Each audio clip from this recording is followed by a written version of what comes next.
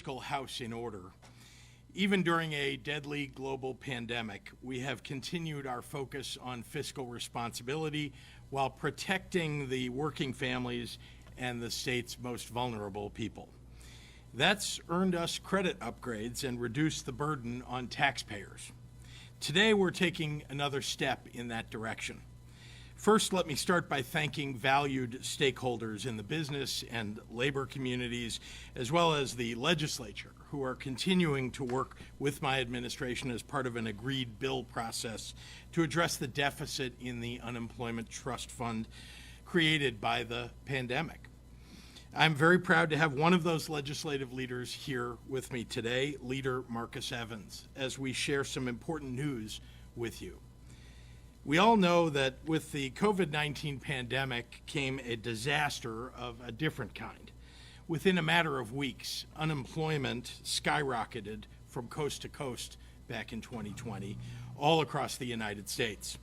To make sure eligible individuals could get access to unemployment benefits, extraordinary measures were taken by state unemployment trust funds because nearly none, including Illinois' UI Trust Fund, were funded enough to cover that kind of an emergency. But today, Illinoisans are back to work, the driving force behind our growing economy, whose GDP is now larger than it was pre-pandemic. For 20 consecutive weeks, Illinois has had historically low unemployment claims, outperforming expectations. Our unemployment system is back on track, and the balance of the Unemployment Trust Fund continues to experience strong and steady growth.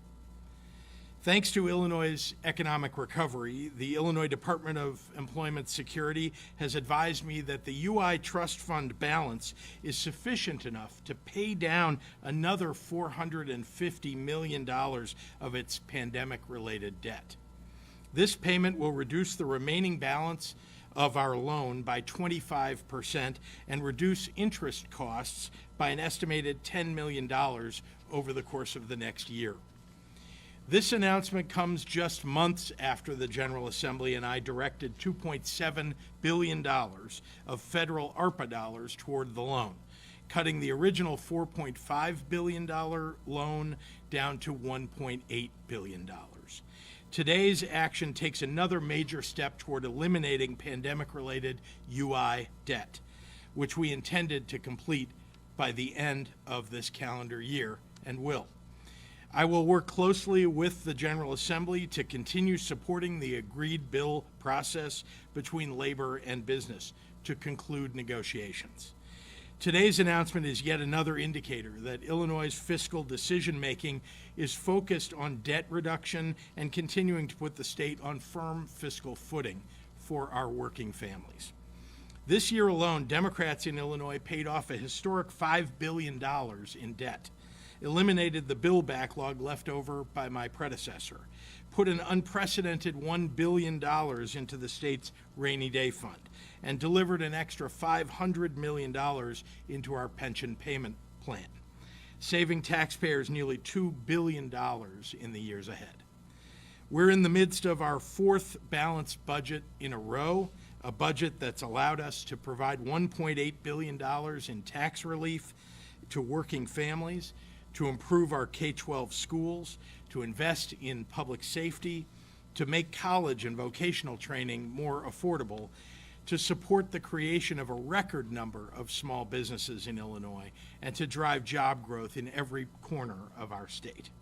And we've been able to accomplish all of these things together while earning 6 credit upgrades. I want to take a moment to thank the leadership of the Department of Employment Security, Director Kristen Richards and her team, who worked tirelessly during the worst parts of the pandemic to provide benefits to those who desperately needed help. I'd also like to commend the work of our business and labor partners as they continue to work through the agreed bill process. And of course, I want to thank my colleague in the General Assembly, my friend, Leader Marcus Evans, who's doing a terrific job helping us manage through the challenges of getting past the UI pandemic debt. And with that, I will turn it over to IDES Director Kristen Richards. Director. Thank you, Governor Pritzker. The Illinois Department of Employment Security remains focused on supporting business and labor in the agreed bill process, which is a process that has successfully been used for decades to support the Unemployment Insurance Act and Unemployment Trust Fund. At the same time, IDES is engaged in exciting work with the United States Department of Labor to support benefit integrity, claims management, and equitable access to UI services. Recently, IDES announced a $6.8 million award to fund enhanced data collection to understand barriers to UI access and implement strategies to address those barriers. These are all efforts we are undertaking to support a strong UI system for the state of Illinois. Today's announcement reflects continued growth in our economy. Just last week, my office announced that statewide, payroll jobs are up compared to a year ago. We are seeing significant gains in the leisure and hospitality, professional and business services, trade, transportation, and utilities industries. We are also seeing over-the-year decreases in unemployment in 97 counties across the state. We continue to support individuals and businesses in partnership with the Department of Commerce and Economic Opportunity through workforce programming and one-stop delivery of workforce services that are available through our robust network of American Job Centers.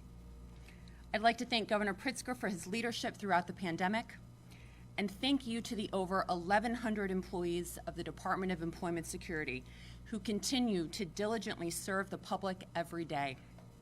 And with that, I'd like to turn it over to one of the legislative leaders in the agreed bill process, Assistant Majority Leader Marcus Evans. I want to start by thanking Governor Pritzker for his steadfast leadership, leading us out of the pandemic and leading us into a new prosperity, a new norm of prosperity in the state of Illinois. And the critical part of that prosperity is stability of the workforce. You know, I represent a working class community. When people are struggling, they need to know that there's going to be support as they transition from employment and unemployment. And that unemployment system is critical for the survival of the working class. So thank you, Governor Pritzker, for your leadership, pushing the legislature to do what we needed to do to stabilize our unemployment system.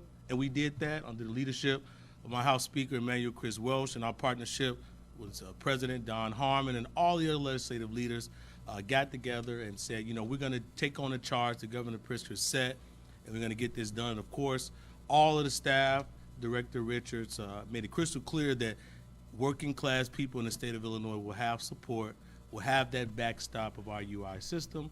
And of course, the more we stabilize the finances of Illinois, the more we can help the working class and the poor. So take care of the business, which is what Governor Pritzker is doing, and we can help the people of the state of Illinois. So it's a great day. This needs to be shared. So I welcome Governor Pritzker to come back up for questions. Thank you, Leader. Thanks. Happy to take questions from members of the media. You said that the remaining debt has been reduced by 25%. What's the dollar amount? So it was at $1.812 billion. It's now down to 1.3, paid down by $450 million. And frankly, as the economy continues stabilized, we believe that we'll be able to reduce that even more. And the agreed bill process, working with the legislature, will be able to pay it off by year end. Okay, that was my other question. One of my other questions. Why does paying down, or how does paying down this debt make a difference to either the general public or, frankly, the businesses? I know there's been some concern among businesses. What difference does it make for everybody but the people in government? Well, just like so much of the rest of our efforts toward fiscal responsibility, paying down debt means that we're paying less interest. And so we're saving over the next year $10 million for taxpayers. And the more we pay down, obviously, the more we're saving for taxpayers. So I'm delighted that we're able to do that. You saw us do that with $5 billion of debt reduction over the course of this year. And we're continuing to look at every opportunity to pay down the short-term and long-term debts of the state. Thanks, Craig. Thank you very much, everyone.